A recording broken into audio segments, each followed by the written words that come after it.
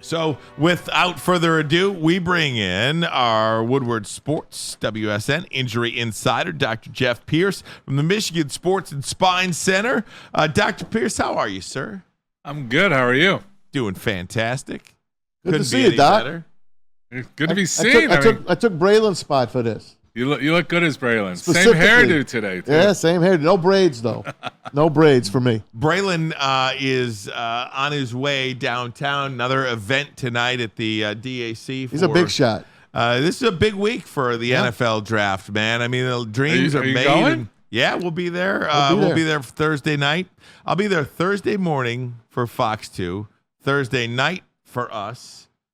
We might be down there Thursday for our show. Thursday for our show. If we are, Doc, you got to come down. I'm good. That's why I said, where do I show up on Thursday? We'll let you know. At the 313 tent, baby. There's something we're supposed to be going to. I actually got to go to it when I was in Vegas. Oh, yeah. Yeah, so it was a big event there. I know Maslov's telling stories, but I do. If you remembered in Vegas, there was a guy off to the side doing the paintings of the players, of the top 10 players. I don't remember that. Yeah, it was a Bitcoin crypto thing, and he was side stage. And that was Hutchinson's year. Oh, nice. So we actually reached out to him, and there's these paintings of the top 10 selections that was done right on the side. Having been to a draft on location, they've only been doing this for 10 years. This is the 10th year. It is 10 years? This is 10 years of the draft on location. 2015 in Chicago was the first year they did it.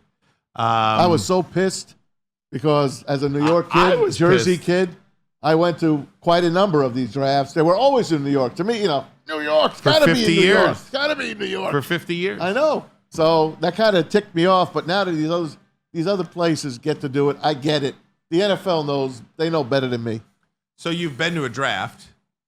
Yes. On location. We were like right there on stage. What would you say to the people out there who are heading downtown next week? What's the best part about a draft? I mean, you can take two views of it. One, it's fun because they do a great fan experience, right? So the NBA All-Star, which I get to go to a lot too, there's great fan experiences.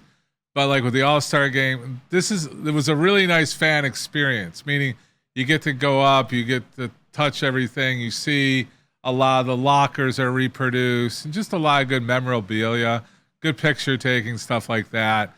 Obviously, the food and all that's there. But the experience of the excitement of what's a good term for the crazies that will travel? The draftniks, they call them. Draft what? Draftniks. They're called draftniks. So those people, DRAFTNIKS. Those people are very spirited, and it's fun. There was a good energy there, but like one of the comedians says, it's like, what's wrong with you people? You got way too much time on your hand. You can pick it all up the next day instead of sitting there and watching it for the next 3 to 4 hours. Right. Now, you know what you should do, Doc? I just thought of something for you. You should have people come and see you at the Spine Center. Park there, and you should have a shuttle to the draft. There you go. What do you think? As long as we're serving the right food, we might make that work. There you go. You talk about what are they called? Draftniks? Draftniks.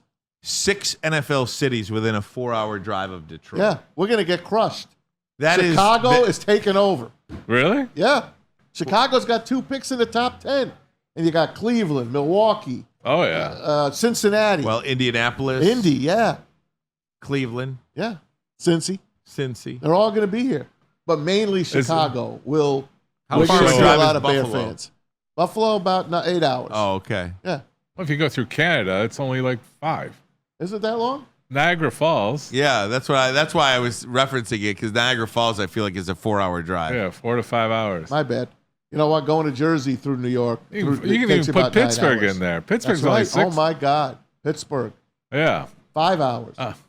And if you are driving for injury reports, right? Oh my make sure you hydrate and don't stop at McDonald's more than once. Exactly. That's the way to do that. Breakfast only. Doc, let me ask you about an injury that happened in the NBA last night, because it essentially ends the season for one team, and that's the Miami Heat. Jimmy Butler went down at the end of the game with a MCL strain. The team says he will be out for several weeks. So he's out for the remainder of this year. We anticipate for sure. So yeah, I mean, you saw the total change in the game. What was Heat were up by 13 or something in the second. He gets hurt, just totally changed the game around. I mean, Butler, he definitely shows up. So he has to be really hurt to not be playing today. First of all, what's an MCL? It's the medial collateral ligament. So since I'm wearing shorts today, it's on the inside of the knee. Where you're on the inside here, it's the collateral ligament that crosses over the joint. So if it's torn, they said it's a strain. I don't think we have a tear, but I don't think the MRI report's in yet either. Right. No. So we'll probably come back as a little bit more than a strain because I think he could have played through a strain. He's probably got a partial tear. So it just creates that inside stability of the knee. And with cutting and jumping and going, being able to change directions quickly, any ligament in the knee is important. The ACL, the anterior cruciate ligaments, probably the most important. But then we talk about the meniscus. The collateral ligaments are kind of number 3 on the importance list for a knee. So we talk about the ACL is the big one. PCL falls in there, but it's rare. And then the meniscus is the cushion of the knee. And then the collateral ligaments are kind of what stabilizes the knee. So he's probably feeling unsteady, shifting side to side or moving quickly, which, especially on a takeoff for shooting and stuff, you're going to have trouble with stability. And, Butler, just knowing his personality, meeting him a couple times, the guy's so competitive. This is the time he turns it up, which we all know. And for him to be saying, I'm out, it's got to be a little bit more than a strain. Is the MCL the lesser of the CL injuries or the PCL? Well, there's ACL. The ACL is the worst.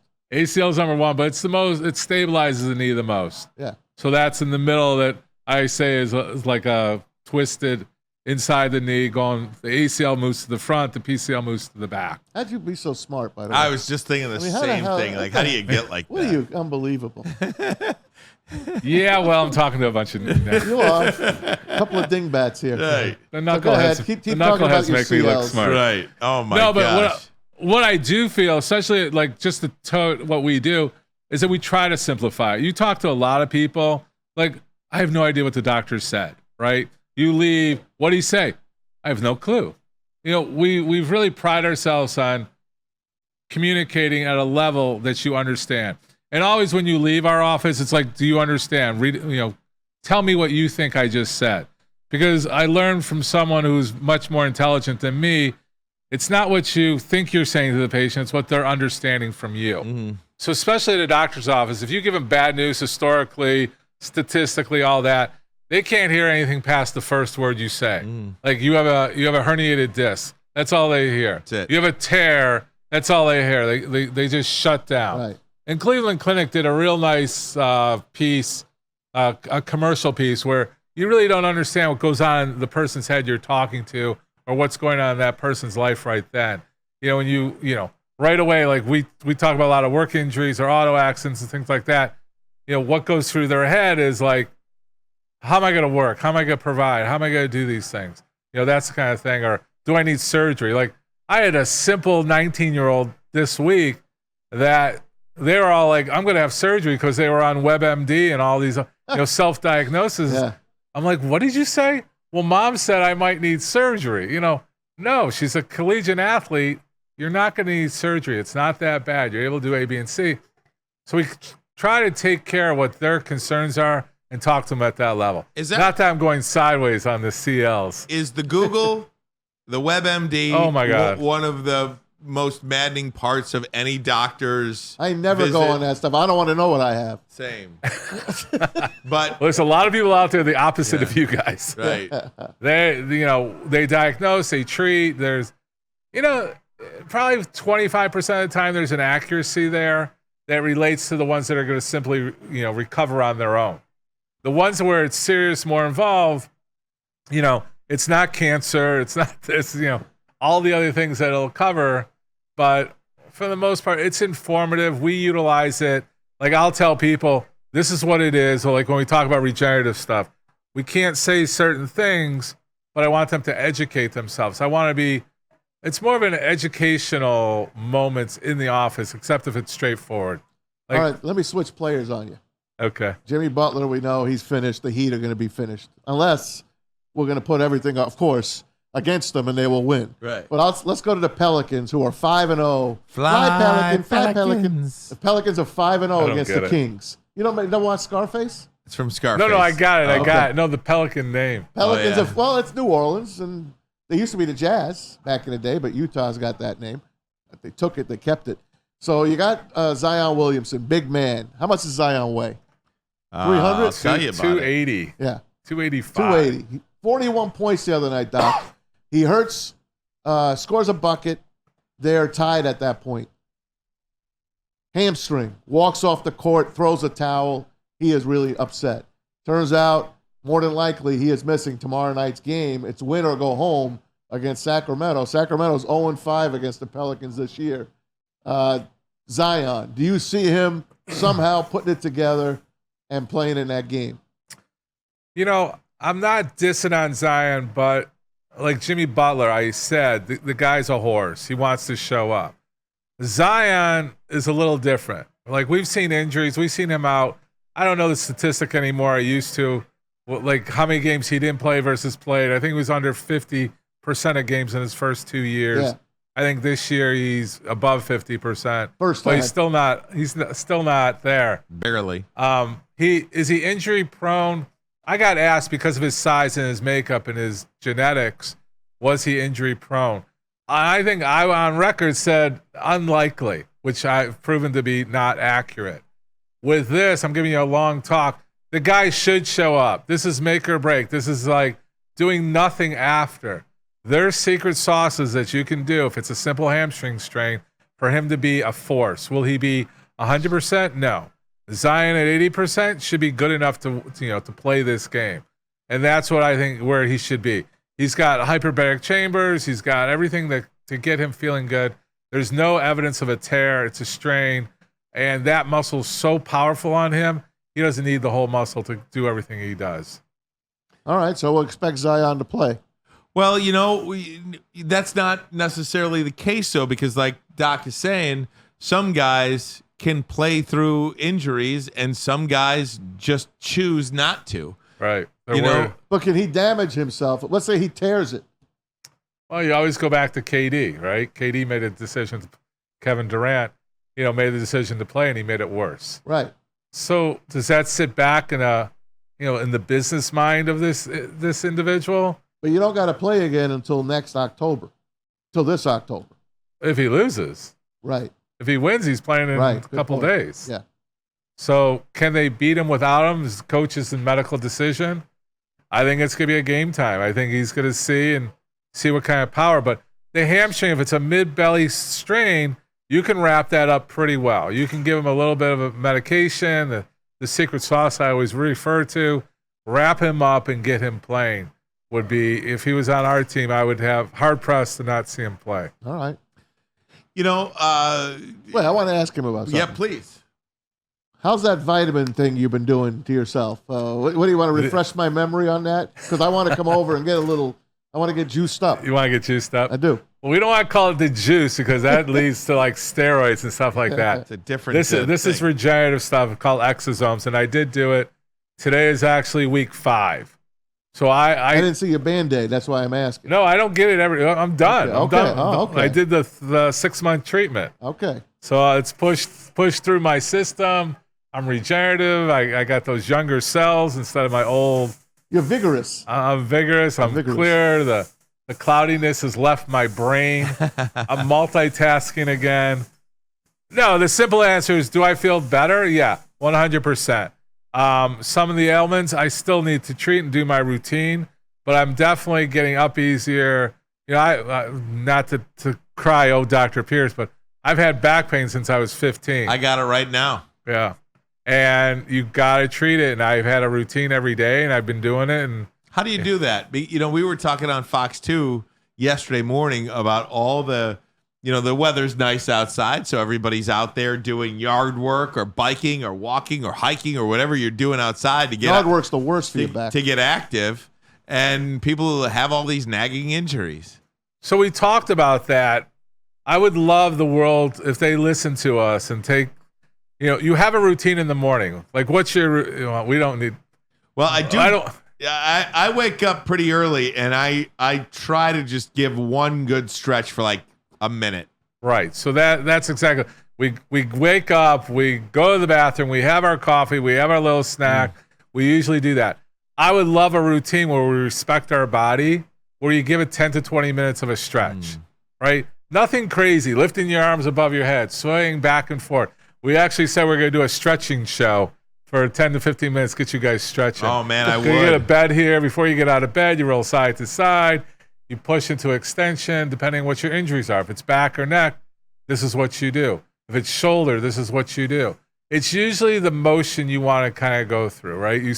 You confess that maybe you do 1 minute of stretching. Yeah, I will. I'm not going to show you the stretch. I don't have enough room, but yeah, I try to stretch out my lower back. Yeah, I mean, you need to do it. Like right now, like I said, with our weather, like we'll have 70 degrees and like, okay, we're golfing because it's raining and cold tomorrow. So you're not doing anything. And I coined it last time, 2 balls off the first tee is not considered a dynamic warm-up. So you got to get in there. You got to do the silly little things where you look foolish in the stretch and where you're actively going through the golf motions after you do your simple stretch. So we call the simple stretch is like in the plane of your back, where you go back and forth and you go side to side. And then you do the rotational stuff, then you mimic what you're going to do in your sport that you're getting ready to play. All that plays a difference. And like I said again, it should almost be absolute. If you don't do it every day of your life, at least make March 1st your day you do it. Right. Because you know in Michigan. Or May 1st. No, March 1st. Because we can't go backwards now. Well, for the future, we're talking. Okay. May 1st. No, today. You're behind, so you got to start today. You want to spend that 10 to 15 to 20 minutes stretching till you feel better. And that's for anybody who's not feeling, doesn't have any pain versus you can't move. The guy that can't move, you got to spend longer time or come to see us. But you need a routine. And prevention is way better than, chasing your tail. You ought to come to Harbor Lanes tonight with me because starting at 6 o'clock, there's 100 guys ready to throw a ball. And is tonight it for you? Yeah, tonight's it. For my last week, because next week I'm going to be at the draft. Now, so what happens tonight, though, Maz? We have a chance to get second place. We're bowling the. You get a couple of bucks for that? Oh yeah, first 3 pay good. Really? First 3. We can't win first. We're going to wind up just missing it. But anyway, what I'm telling you is it's the worst sport or game if people want to not call it a sport. It's the worst sport to try to warm up for. It's bowling. Yes. The worst because you literally just have to pick up your ball.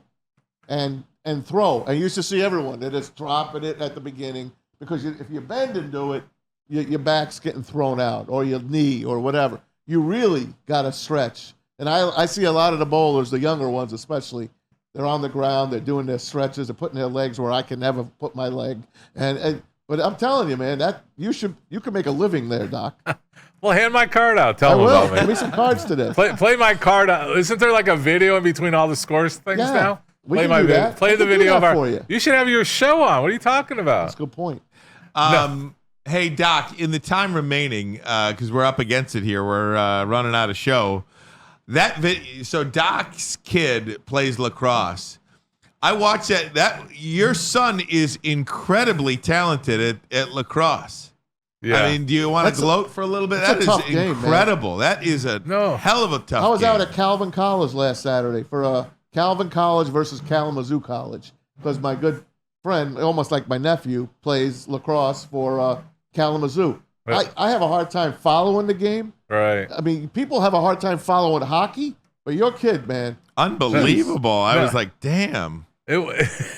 He's doing really well. He's a junior, and he's really developed this year. Unfortunately, he had a bad concussion, took him out of last year. But right now, it was funny because the game that you saw, the other coach is yelling at his team because my son's 22. He's like, I don't care where the ball is. Don't let 22 touch it and don't let him move. And he still scored 3 more goals after that. So it's just, and then last game, it was sad. They were playing a team out of Toledo. We had 6 goals. He had 4 goals, 1 assist out of the 6. But more importantly, they were down with 3 minutes left, and the other team had the ball, and they were just going in the 4 corners delay, We ended up stealing the ball with 1:20 left.